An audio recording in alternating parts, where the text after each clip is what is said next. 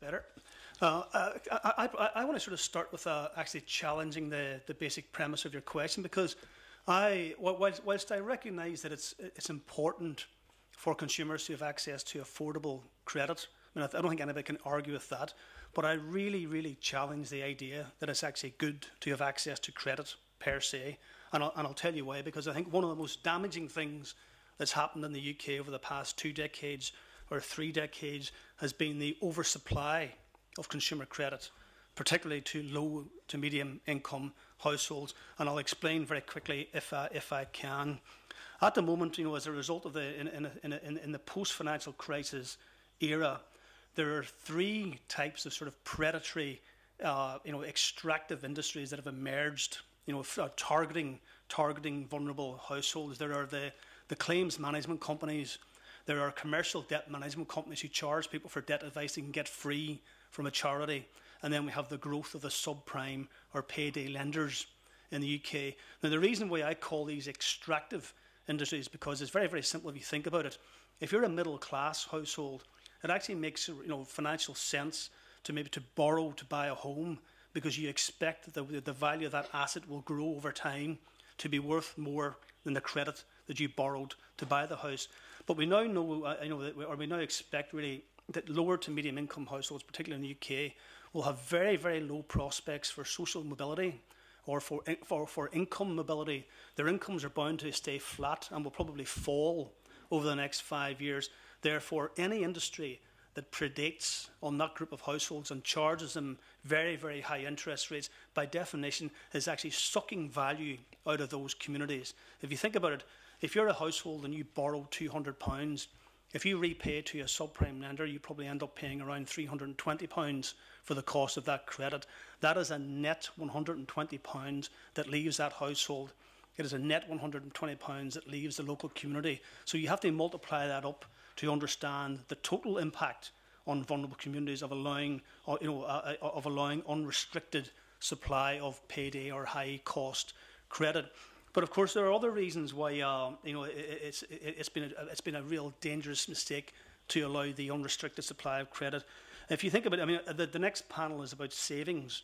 And if you look at the evidence, one of the biggest barriers to savings and one of the biggest reasons why people don't save is because they are trying to service debt. I think you've got the sequence of events wrong there, Paul. The lack of savings doesn't cause the debt. The inability to save is as much caused by the need to service expensive debts. So, it's clearly one of the biggest causes of financial insecurity and financial exclusion amongst vulnerable households as well. But I think, so in my view, I think it's just a major problem. I think we've really got the sort of the argument wrong here. It should now be about controlling the supply of credit, and we're not actually doing anybody any favours. This is not a violation of consumer rights to restrict access to predatory lending. It's actually doing communities more good if you actually control the supply of credit. And I think it's very, clearly people still need access to some form of credit. Therefore, the question is, well, what can we do to provide alternatives to credit? How can we promote access to fair and affordable credit? And I think the strategy for doing that is actually quite simple. The first part of the strategy is, as I mentioned, control the supply of credit, the dangerous credit. The second thing is that we've got to revisit and scrutinise the role of the mainstream lenders in the post-financial crisis world as well. I completely support the idea of actually trying to rebuild and strengthen financial institutions. It doesn't make sense to encourage banks to lend recklessly.